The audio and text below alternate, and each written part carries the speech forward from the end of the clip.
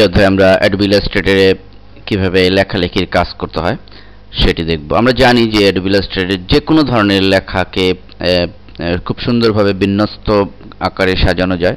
Graphic ডিজাইনে যেমন একদিকে ফটো এডিটিংয়ের কাজ করতে হয় এবং অন্যদিকে টাইপিংয়ের কাজও প্রয়োজন হয়ে পড়ে, টাইপকে সুন্দরভাবে উপস্থাপনের প্রয়োজন হতে পারে।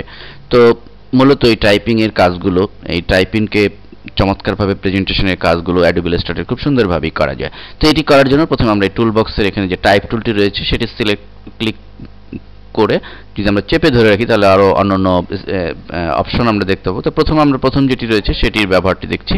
তো এটি ক্লিক করে আমরা ঠিক স্টেজে এভাবে একটি ক্লিক করব।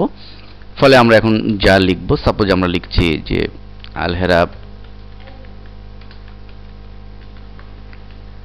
মাল্টিমিডিয়া। তো এরপরে আমরা এই আলহেরা মাল্টিমিডিয়া লেখাটিকে ইচ্ছামতো আমরা যে টাইপ মেনুতে গিয়ে এটির ফন্ট এবং সাইজ আমরা চেঞ্জ করে দিতে পারি।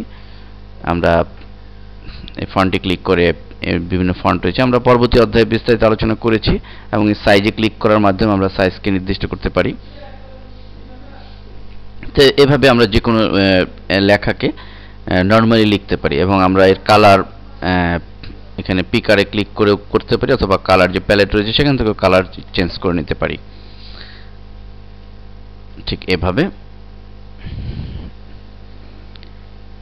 এরপর আমাদের টাইপ টুলের যে দ্বিতীয়টি যেটি রয়েছে, আমরা এখানে ক্লিক করে দ্বিতীয়টিতে ক্লিক করলে আমরা এখানে এরিয়া টাইপ টুল, মূলত কোনো অবজেক্টের ভিতরে যদি টাইপ করতে হয় এটির জন্য এই টাইপ টুলটি ইউজ হয়ে থাকে।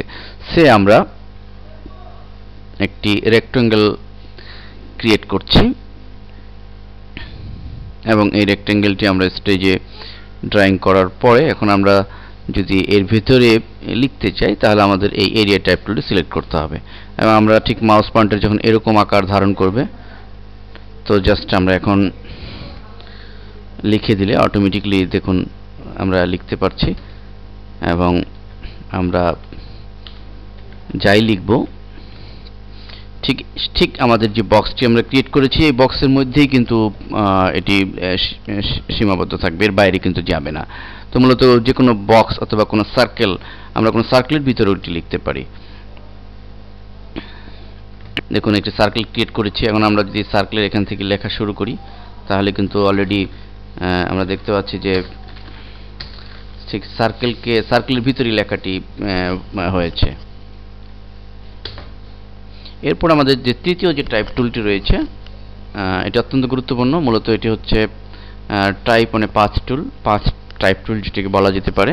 তো এই টুলটির সাহায্যে আমরা যে কোনো স্টাইলের লেখাকে লিখতে পারি। আমরা দেখেছি, ফটোশপও দেখেছি, বিভিন্ন স্টাইল করে লেখাকে উপস্থাপন করা যায়। কিন্তু আপনার এমন হতে পারে যে ওই স্টাইলের মধ্যে কোনোটি আপনার পছন্দ নয়, আপনার নিজস্ব একটি স্টাইলে আপনি লেখাকে উপস্থাপন করতে চান। তো সেক্ষেত্রে কিন্তু আপনার এই টাইপ টুলটি অত্যন্ত গুরুত্বপূর্ণ। তো এটি করার জন্য আমাদের অবশ্যই মনে রাখতে হবে যে এই পেন টুলটি ইউজ করতে হবে। পেন টুলের ব্যবহার আমরা পেন টুলের অধ্যায়ে বিস্তারিত আলোচনা করেছি। তদুপরি আমরা একটা গ্লান্সে দেখে নিই একবার। পেন টুলটি সিলেক্ট করে আমরা এখানে ফিল কালারটি নন করে আমরা স্ট্রোকে কালারটিকে দিয়ে দিব।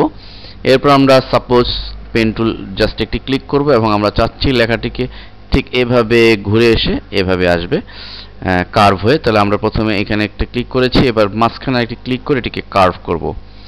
এরপরে অল্টার চেপে আমরা এই পয়েন্টটাকে ভেঙে ফেলবো, এবং এরপর আমরা শেষ পয়েন্ট আরেকবার কার্ভ করে চেপে ধরে রেখে এভাবে কার্ভ করব। দেন আমরা শেষ পয়েন্টে ক্লিক করে অল্টার চেপে ভেঙে ফেলবো। আমরা চাচ্ছি লেখাটিকে এই স্টাইলে উপস্থাপন করতে। সো এবার আমাদের যে কাজটি করতে হবে যে এই পাঁচটিকে সিলেক্ট করে আমরা এই পাঁচ টাইপ টুলটি সিলেক্ট করব। এটা ক্লিক করে আমরা জাস্ট এই যেখান থেকে লেখা শুরু করতে চাই সেখানে একটি ক্লিক করব। এখন দেখুন আমরা যদি লিখি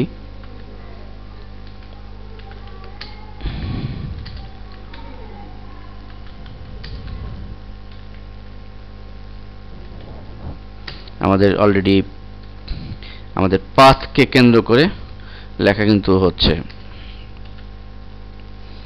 ইসলাম is complete code of life. আমাদের লেখার ফন্ট সাইজটা একটু কমিয়ে দিলে এই পুরো জিনিসটি ভরে যাবে।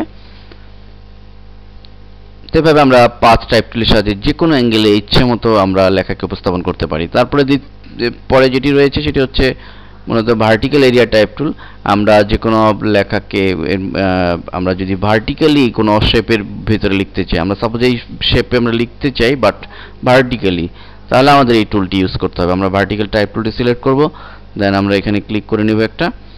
এখন আমরা যা লিখব, দেখুন লেখাটি কিন্তু নর্মাল স্টাইলে এগোচ্ছে না, এটি ভার্টিক্যালি লেখা হচ্ছে।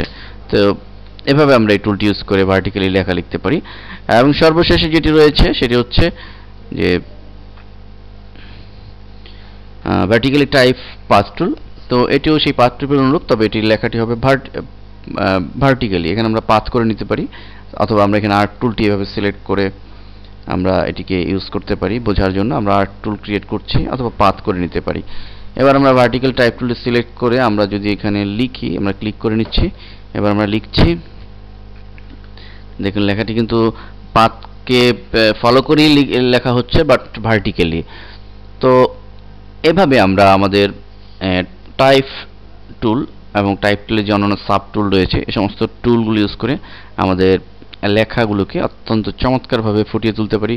সুবিন্যস্তভাবে আমাদের যে টাইপ গুলোকে আমরা সাজাতে পারি, যা কিনা আমাদের প্রফেশনাল ডিজাইনের কাজে খুবই প্রয়োজন হবে।